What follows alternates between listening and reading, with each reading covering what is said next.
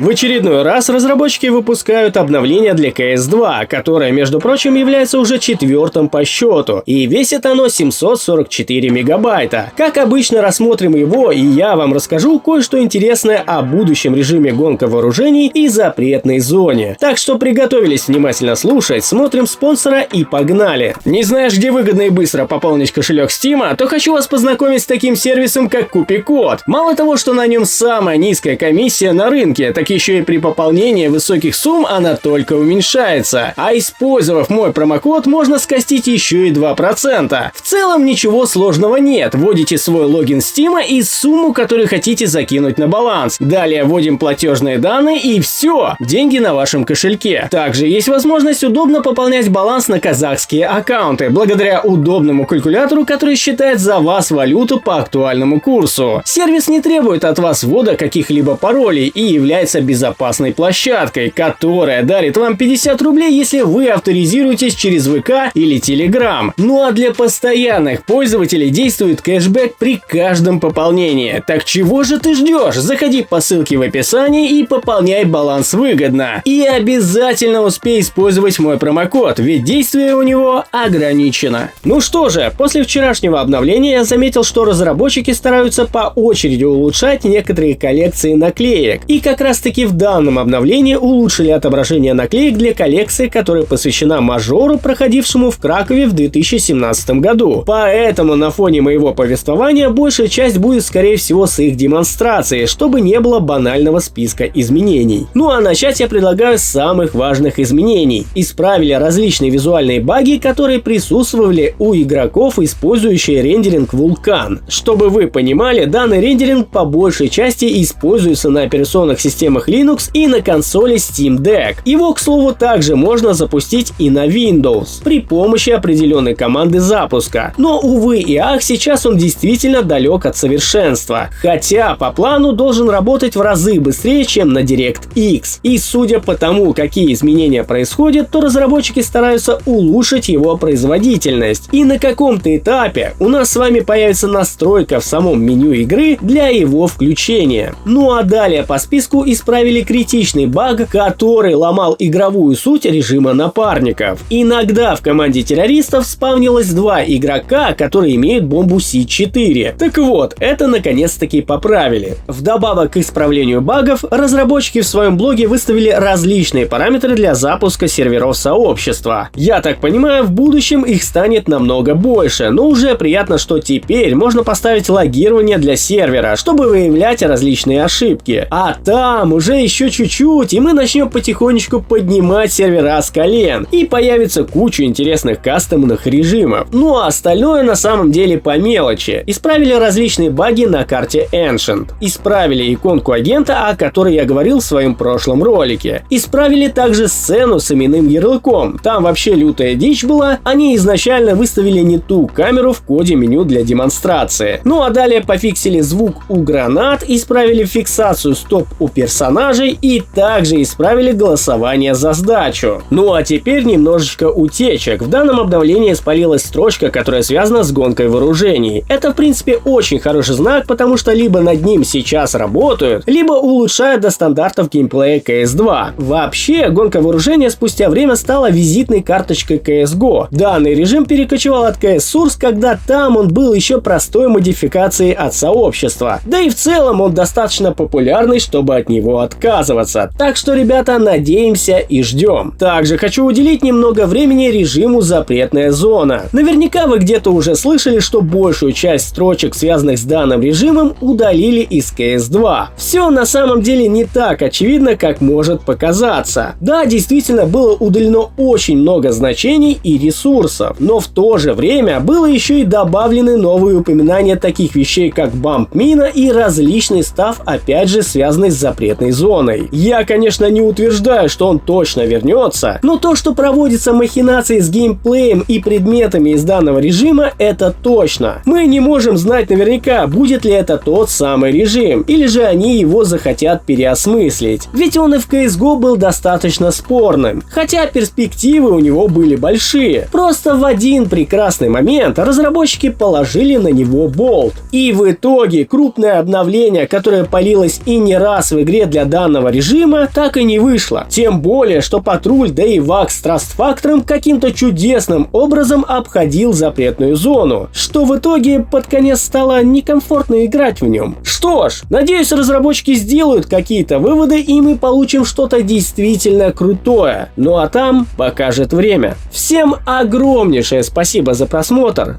Всем пока и удачи!